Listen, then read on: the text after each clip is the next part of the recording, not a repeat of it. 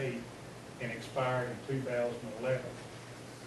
With the RRM, Atmos Energy and the coalitions have negotiated the terms for how rates would be set going forward.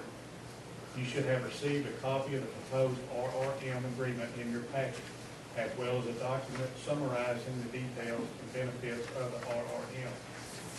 At tonight's meeting, you are not being asked to approve a rate change, but to approve the RRM agreement. By approving the RRM agreement, it will allow us to adjust our rates on an annual basis for 5 years to recover the investments made by the gas delivery system. Each year, Atmos Energy would make a filing with the city under the RRM to change the rates. After the filing, we would collaborate with the two city coalitions to finalize our rate. Prior to a rate change, the city will receive a notification and customers will be notified through a bill insert. If the city council does not take action, the rate would go into effect after a 90-day period. The future year, 2014 through 2017, the rate will occur in February. The filing will occur in February, and the rates will go into effect in June. This year, the initial filing will occur July 15th, and the rates will go into effect October 15th. I would like to kind of explain about the coalition, because I know there's some on the council that have not heard about the coalition. The Mid-Tex division of Atmos Energy in Texas consists of approximately 439 cities. Out of these 439 cities, over 200 are involved in a coalition. There are basically two coalitions in Texas. The closest cities we have that's in the coalition is Brownwood, Abilene, Comanche, Hurley. They are part of these coalitions. And basically what it amounts to on this RRM, that coalition cities and their attorneys will work with Atmos Energy to decide on the rate increase through the RRM, instead of going through and filing a rate increase with the Railroad Commission, which was done last year. This is an easier process. It's less costly to the customers, and it's actually been brought up by the coalition cities that they would like for Atmos and other cities to pass this resolution to start using the RRM process again for rate increase. Discussion? So,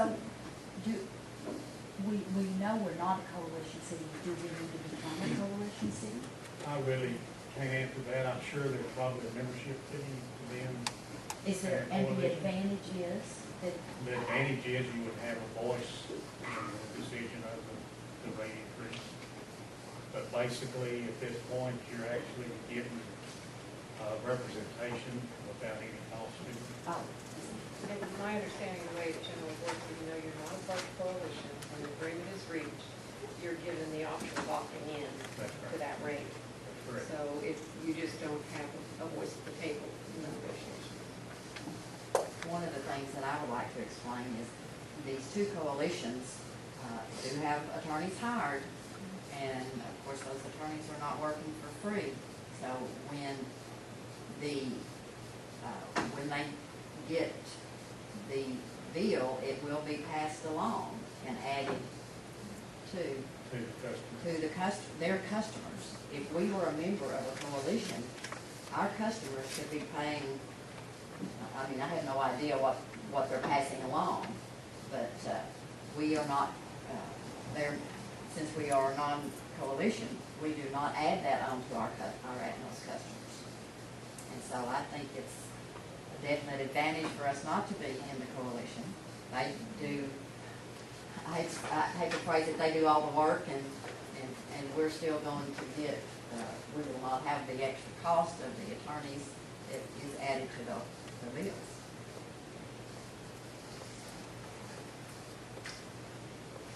So anyway, if you do decide to pass this tonight, then this will be recorded. So far, there hasn't been any city that's turn down this RRM agreement. Abilene and Maryland and all the large cities passed. And like I say, the recommendation to start the RRM back was a recommendation from the coalition of cities. Last year, there wasn't a RRM in place. It actually ended up going to a hearing with the Railroad Commission. The Railroad Commission actually ruled in favor of Atmos Energy. There were some changes that went around on the billing, but there is a clause where Atmos does get to recover its legal expense through the customer charges, whatever it gets to the Railroad Commission. So this is really a better deal all the way around.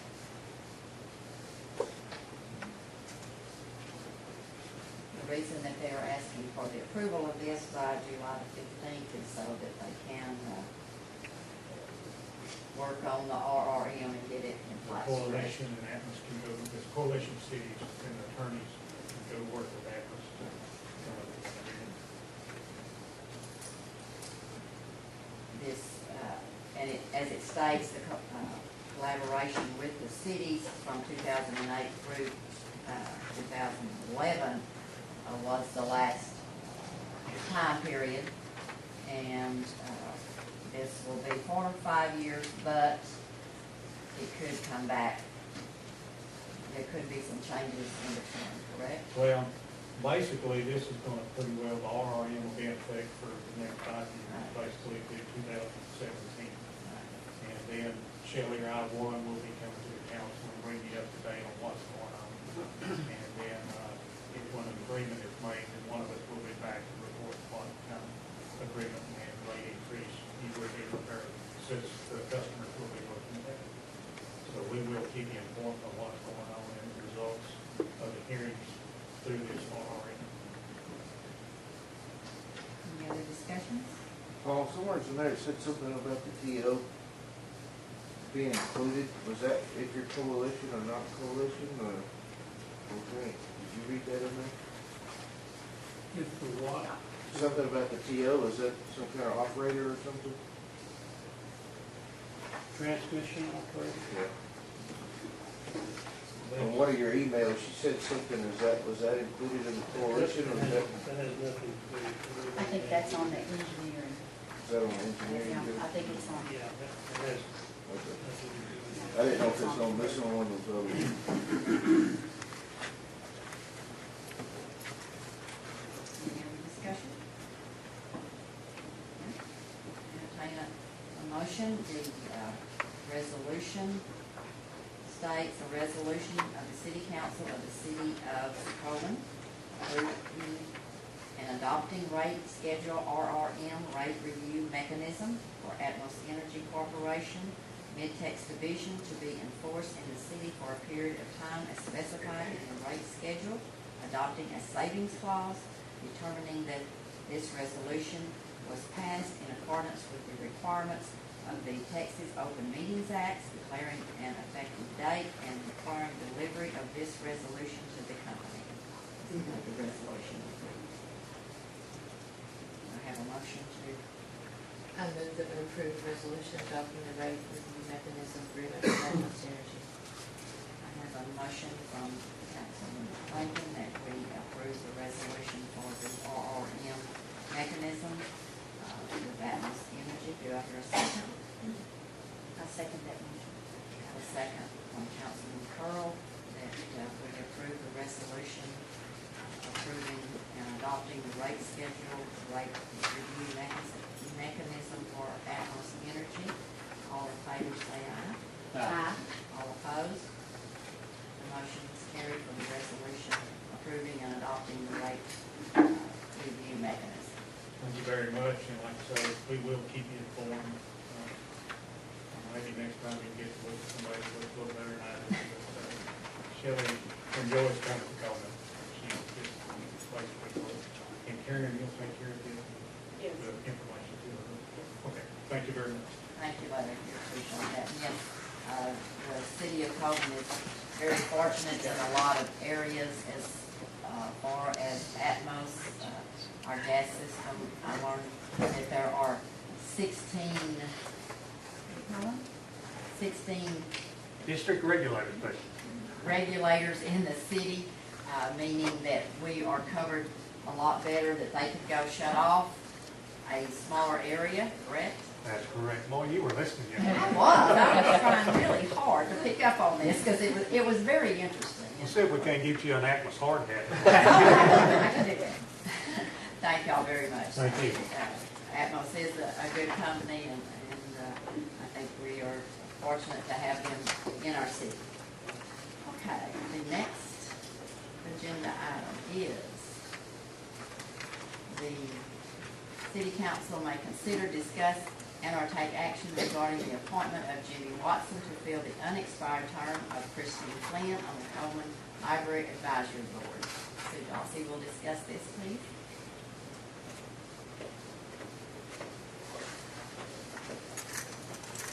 Well, unfortunately, one of our two board members, Christine, and her family moved to the Austin area.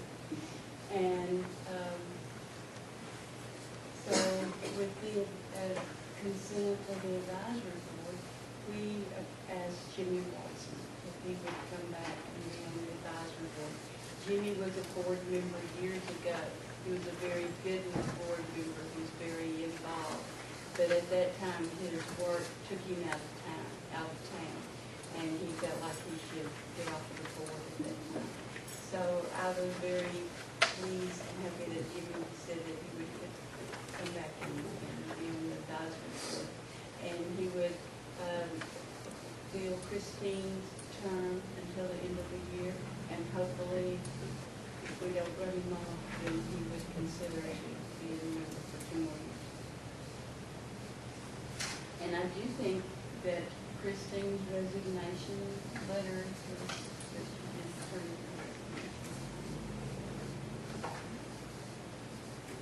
Any discussion on this appointment? Any motion? I move that we accept the appointment of Jimmy Watson to fill the unexpired term of Christine Flynn on the Coleman Library Advisory Board. I have a motion from Councilman Pearl to accept the appointment of Jimmy Watson to fill the unexpired term of Christine Flynn on the Library Advisory Board. I have a second. Second. I have a second from Mayor Pro Tem Payne to accept the appointment of Jimmy Watson to fill the unexpired term of Christine Flynn on the Coleman Library Advisory Board. All in favor say aye. Aye. All opposed, no. Motion passes to accept the appointment of Jimmy Watson, and we appreciate you coming soon Thank you very much. and presenting this.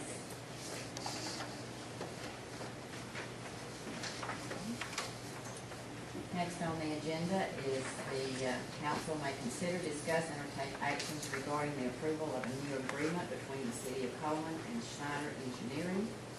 Mr. Cato, city manager, will discuss this. You do have in your packet some items relating to the agreement from Schneider Engineering.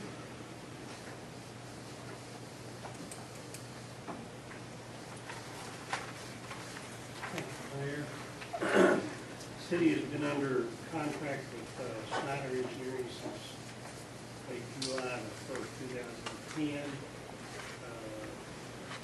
This is a firm that's located in Bernie, Texas, and they have provided consulting services for the city with regards to electrical issues related to operating our MOU or just on electrical system. They were not working with the city in 2007, as I understand it, when the agreement was approved between the city and ADP. I believe that was a different firm, correct?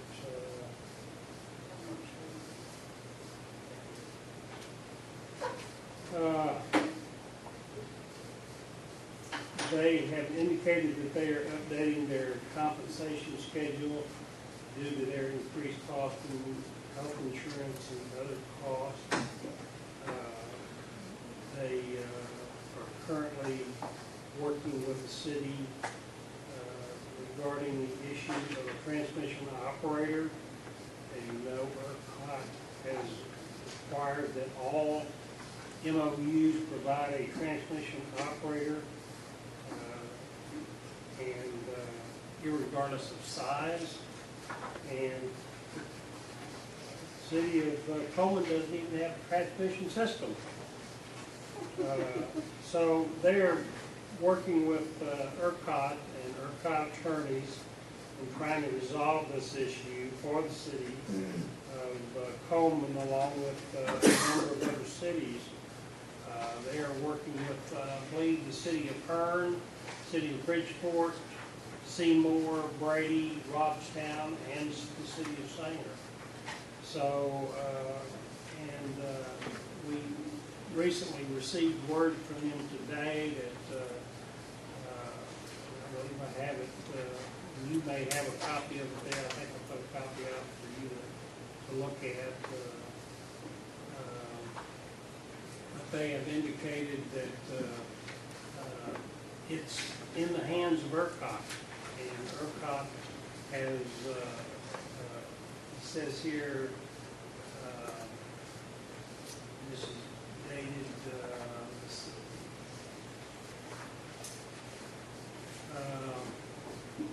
yesterday, June the 19th, to put an update on the status of our project. I received a voicemail from Chad City of ERCOT, legal this morning. Apparently Chad and others from ERCOT staff have been pretty busy with setting up several demand response pilot programs and having them operational for the summer. Lots of contracts and legal stuff. I expect that we'll speak during the last week of June. I am on vacation next week. According to his voice message, they expect that we can wrap up the project by the end of the summer. Since it's in ERCOT's hands, there's no pressure on us. So he's saying there's nothing to worry about as far as the timeline is concerned, because it's all under ERCOT's hands, and we're waiting on them. They're not waiting on us. So their original cost estimates to provide a transmission operator for $10,000. They talked to some other providers. They talked to, I believe, a couple of other cities that have certified transmission operators, and their cost varied between $10,000 and $35,000 per year per city, and they felt like that was outrageous. And we did talk to AEP about providing this service, and because they actually provide the transmission of the electricity to their substation, and they indicated that they were not interested in providing that service. So ERCOT is trying to find a way to work through this, and Schneider Engineering is trying to find a way to get them to understand that we're not even involved in the transmission of electricity to that substation, and that we should not be responsible for any costs associated with a transmission operator. If we have an issue or a problem, AEP comes out, they take care of it. That's the way it's been handled for years. And we'll see what happens. But right now they want to renegotiate the contract. The contract has expired, and they're asking us to reapprove their contract. And of course, they're right in the middle of this issue regarding a transmission operator. I would recommend to the council to consider renewing the contract with Schneider Engineering at this time. Any discussion on this item? Mr. Pinto, how long is the contract? I believe the last one is for 3 years, and Mr. Pinto. contract today.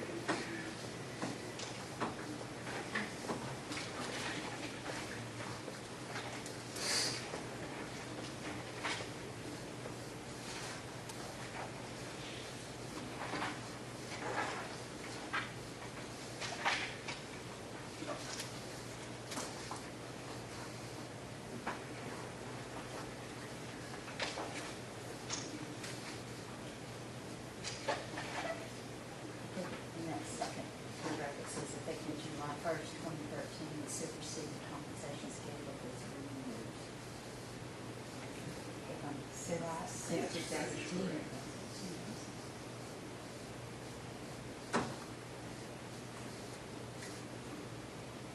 Well, that's just showing that it has been in effect for 3 Oh. years.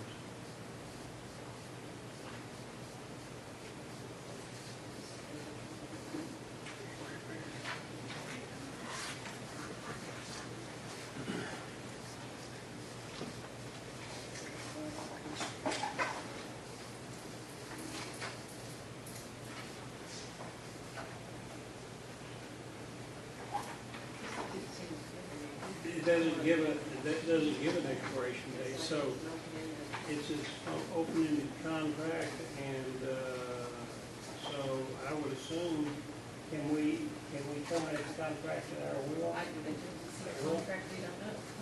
So,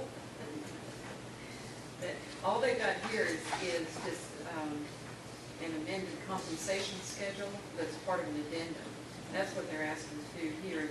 What this seems to say is that it, went into effect July 1st of 2010. It's been in effect since, that time. So since this compensation schedule, the original compensation schedule has been in effect for 3 years, and what they're asking to do is to have you pass an addendum number 1 that, changes that compensation schedule. But it also states that the compensation rates were applied to our May 15th invoicing and resulted in a 6.7% average increase. So it's actually already in effect. Yep.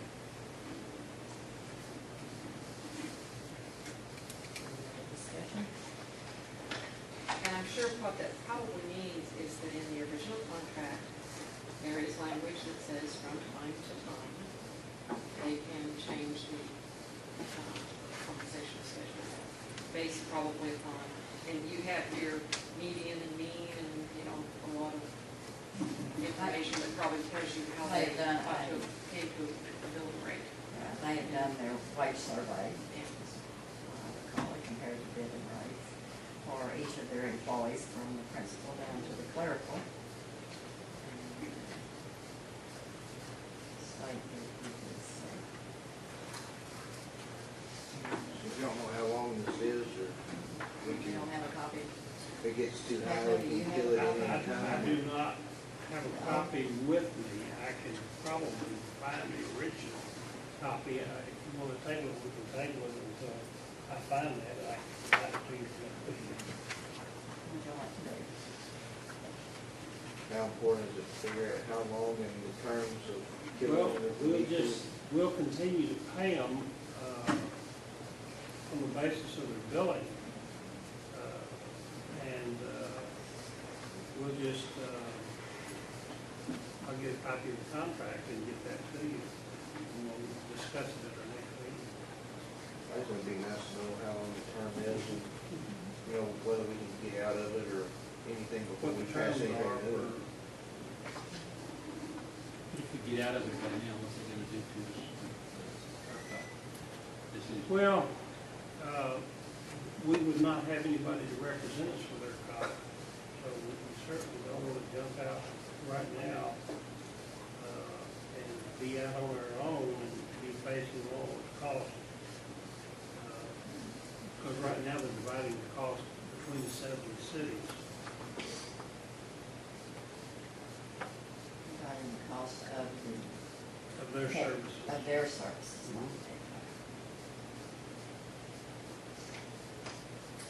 And if you go with a more expensive attorney, the cost would be, you know, $350 an hour. So we don't want to go that direction. Do I hear a motion on this agenda item? Could we table this agenda on this next council meeting to review the contract with, Schneider Engineering? I have a motion from Councilman Rankin that we table the agenda item of the agreement between the City of Coleman and Schneider Engineering.